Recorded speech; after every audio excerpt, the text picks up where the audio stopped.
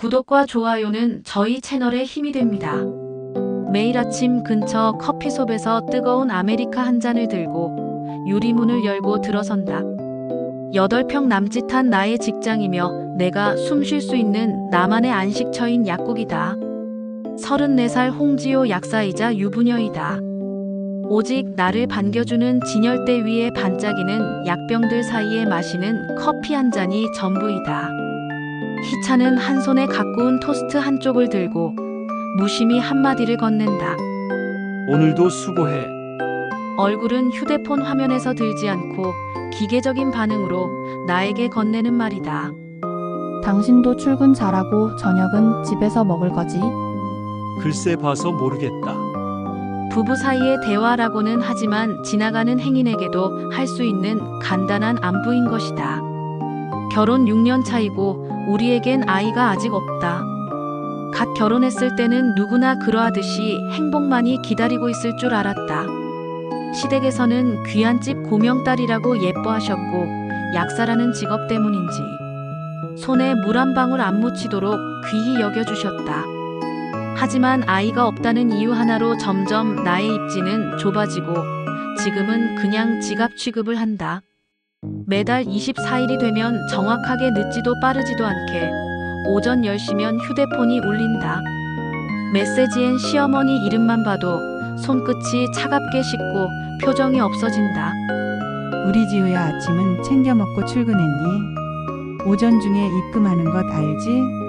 그리고 아이 소식은 없는 거니? 내 주변에는 다들 할머니 소리 듣고 살고 있지 않니? 하지만 우리는 우리 지우 몸 건강 우선인 것 알지? 우리 지요 그 말이 내포하는 압박은 나의 온몸을 옥죄이는 커다란 밧줄 같다. 말 속에 가시가 있듯이 챙겨주듯이 하는 말이 곧 돈을 입금하라는 무언의 압박이 된다. 2층 소아과가 있는 약국이라서 그런지 병원 시간 오픈 시간과 맞물려 바쁘게 시간이 흘러간다. 모르는 번호에 전화 걸려온다. 여보세요. 처음 들어보는 여성이 목소리다. 혹시 홍지호 번호 맞나요? 난 김은지라고 하는데. 김은지 누굴까 설명을 들어보니 8년 전 지금의 남편을 소개시켜 주었던 고교동창임을 기억해냈다. 갑자기 지방으로 내려간다고 문자 한 통으로 그간의 인연을 싹둑 자르고 자취를 감춘 그녀다. 커피숍에 만난 그녀는 예전의 모습이 하나도 남아있지 않아서 길을 지나가다가는 모르고 지나칠 정도로 변해 있었다. 잘 세팅된 머리와 네일 화려하지만 고급져 보이는 투피스 정장 누가 봐도 강남 사모님 룩이다. 그동안 잘 지냈어? 간단한 안부와 명함을 전해주며 다음을 기약했다. 고급 아파트 단지를 들어서는 택시 안에서는 단정한 차림의 여성과 6살쯤 되어 보이는 사내아이가 내렸다. 과일 바구니를 들고서 원하는 동으로 들어가는 발걸음은 자신감과 당당함이 함께했다. 누구세요? 현관 비밀번호를 누르지 않고 호출벨을 누른 것이다. 여성과 아이는 집 안으로 들어선다. 아니, 넌 지금 뭐 하자는 거니? 감히 여기가 어디라고 찾아와. 나이 지긋한 최 씨는 아이와 들어서는 여성을 보고 큰 소리를 치려다가 곁에 있는 아이를 보고 참는다. 이 아이 희찬 씨 닮지 않았나요? 저희 우주가 내년에 학교에 들어가요. 최 씨는 아이를 살펴보며 놀란 가슴을 진정시킨다. 그녀는 집안뿐만 아니라 첫인상부터 마음에 들지 않아서 희찬이랑 사귀는 것을 반대한 여자였다. 홀어머니와 가난한 가정 속에서 억척같이 살아온 것을 감안하더라도 그녀 자체가 마음에 들지 않은 이유로 사귀는 것은 물론이고 결혼은 안 된다고 강하게 반대를 했다. 아이가 분명 희찬이 핏줄이라는 말이니? 처음 보지만. 핏줄이 당겨서 그런지 자꾸만 눈에 가는 것은 어쩔 수 없다. 김은지는 우주의 호적 정리를 위해서 찾아왔다고 고백을 한다. 지금은 예전의 가난한 집딸이 아니고 서울 외곽의 제법 그러듯한 헤어샵의 원장이며 전세지만 자기 소유의 아파트까지 소유하고 있지만 남들이 말하듯 살만해 진 것을 자랑하듯이 과시를 했다. 희찬 씨랑 지우 아직 아이 소식이 없다면서요. 그럼 우주가 이 집안 유일한 핏줄이잖아요. 은지는 집주인의 마음을 어떻게 건드려야 하는지 아는 것처럼 술술 애기를 이어갔다. 자신이 지효랑 고교 동창 때부터 그 집안 사정을 잘 알고 있으며 부모님의 재산 여부와 지효의 여린 마음을 어떻게 컨트롤할 수 있는지까지도 설명을 이어갔다. 할머니 안녕하세요. 예쁨 받는 것은 하기 나름이라지만 시선이 가고 입가에 미소가 지어진 것은 어쩔 수 없다. 우주라고 이름까지도 어찌나 예쁜지 할머니 소리를 듣게 된 최 씨는 마냥 좋았다. 그 아이 우주를 보고 최 씨의 갈등이 시작됐다. 일주일 전에 한번 맛본 달콤함을 잊지 못하는 것처럼 눈앞에 우주가 아른거려서 최 씨는 바리바리 음식을 싸서 서울 변두리 은지가 말했던 헤어샵에 찾아간다. 외관도 그럴싸하고 안으로 들어가니 제법 잘 갖춘 미용실이다. 우주 보러 오셨죠? 저 말깔게 난 몰라요 하듯이 눈을 동그랗게 뜬 저 시선이 마음에 들지 않아서 반대했던 최 씨다. 저 마음속에는 시커먼 구렁이가 수십 마리는 빠리를 들고 있는 것을 인상이어서 싫었던 것이다. 하지만 핏줄이 당긴다고 한번 봤던 우주를 잊지 못해서 잠을 못 이루고 도저히 참을 수 없어 이곳에 왔다. 지금은 유치원에 있었죠. 차를 뭘로 드실래요? 말은 부드럽지만 뱀의 혀처럼 유혹하는 솜씨는 여전하다. 미용실 안에 손님들도 제법 있고 간간히 커트를 하는 손님들 사이에서 수완 좋은 여사장처럼 말 대꾸에 호중 하는 것을 봐도 미용실이 잘 운영되고 밥벌이는 하고 살고 있는 듯하다. 앞으로 어떻게 하려는 것인지 듣고자 왔다. 최 씨는 그저서야 여기 온 목적을 꺼내 들었다. 어머님도 알다시피 희찬 씨 지효에게 사랑하는 감정 없어요. 저희가 어머님 때문에 헤어진 줄 아시겠지만 아니에요. 지금까지 꾸준히 만나왔고 우주 태어났을 때도 희찬 씨가 곁에 있었어요. 그 순간 최 씨는 놀란 숨을 어찌할 수 없었다. 관상은 과학이라는 말처럼 그래서 두 사람을 떼어냈는데 이 일을 어찌할꼬 지효랑 사실혼 관계에서도 두 사람이 만나고 있었다니 천인공노할 노릇이다. 그래서 앞으로는 어떻게 하려고 최 씨의 속은 벌써 까맣게 타 들어갔다. 은지는 희찬이 지효랑 정이 없을 뿐더러 희찬에게 자녀는 오직 우주 하나만 있을 것이라고 자신있게 말한다. 희찬이 지효랑 결혼하는 조건이 우주가 태어나고 희찬이 불임 수술을 한 것이다. 그 말을 들은 최 씨는 연속 2연타로 인해서 정신이 없다. 그동안 지효가 불임이라고 구박 아닌 구박을 했는데 자신의 아들이 이미 씨 없는 수박인 것을 어찌하노. 불려우 같은 은지는 계속 입을 놀렸다.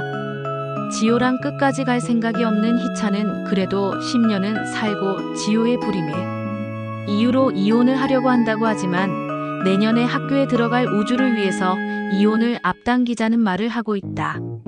어머니, 이혼 사유는 제가 알아서 할게요. 지효 쪽에서 잘못이 있다고 밀고 나가면 재산도 챙기고 위자료까지 두둑히 챙길 수 있어요. 그리고 그렇게 바라는 아들 손자도 날마다 어머니 손으로 키우시고요. 가머니설인 줄을 알지만 최 씨는 눈앞에 보이는 우주의 모습에 이번에는 두 눈을 감기로 했다. 그리고 시집살이를 좀 더 시켜주시면 효과가 날 것 같아요. 지효가 스스로 물러나면 좋지만 걔가 은근히 맹하지만 끈기도 있고 알다시피 착하잖아요. 이곳에 발을 디딘 순간에서부터 선택은 없었다. 오직 공범의 향기만 풍길 뿐. 최 씨는 간악한 혀를 놀리는 은지의 말솜씨에 넘어간다. 얼마 후 미용실에 희찬이 들어온다. 최 씨가 있음을 보고 화들짝 놀라지만 우주와 함께 있는 최 씨를 보고 안도의 숨을 쉰다. 엄마 어떻게 알고 오셨어요? 집안에서는 볼 수 없는 미소를 띠고 그래도 부모가 되어 보니 부모 마음을 안 것처럼 자랑스럽게 우주를 안아주며 말을 건네는 희찬을 보고 최 씨는 두 눈을 감는다는 결심을 다시 새긴다. 그래서 방법은 어떻게 할 건데?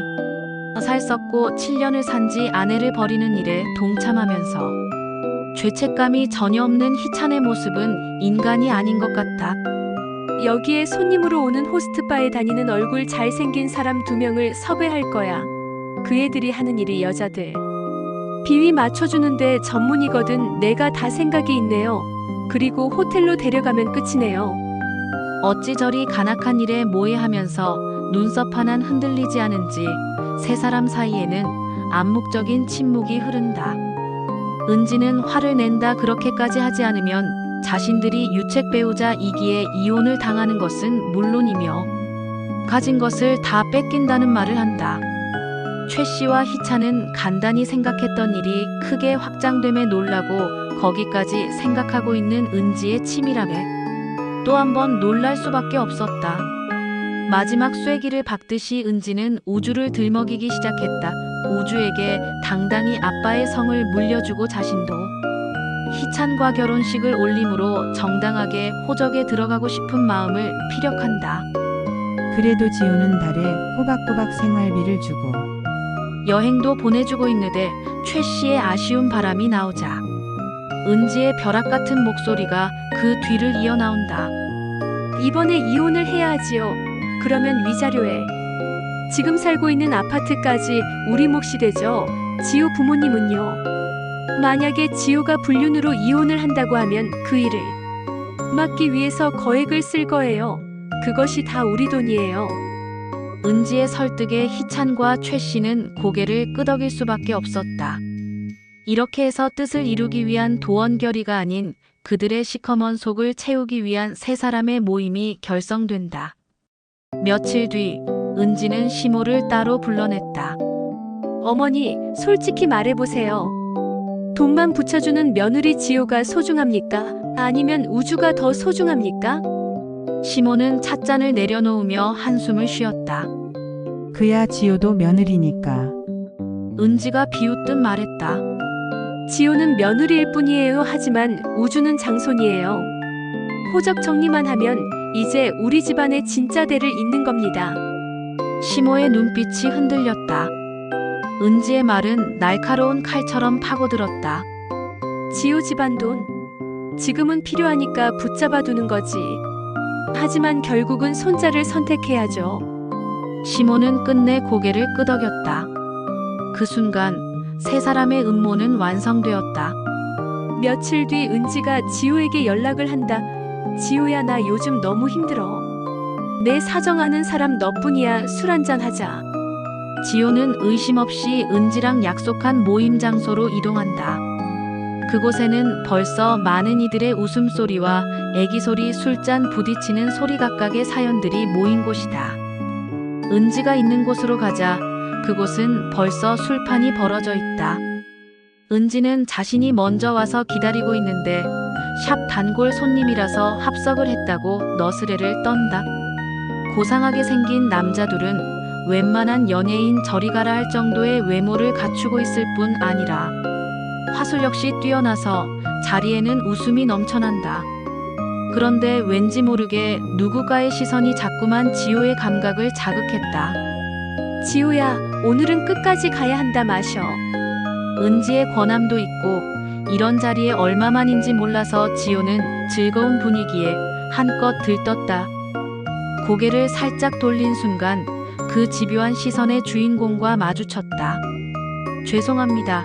그 시선의 주인공이 우리 자리에 와서 곁에 있던 남자의 컵을 건드려서 아래로 떨어졌다.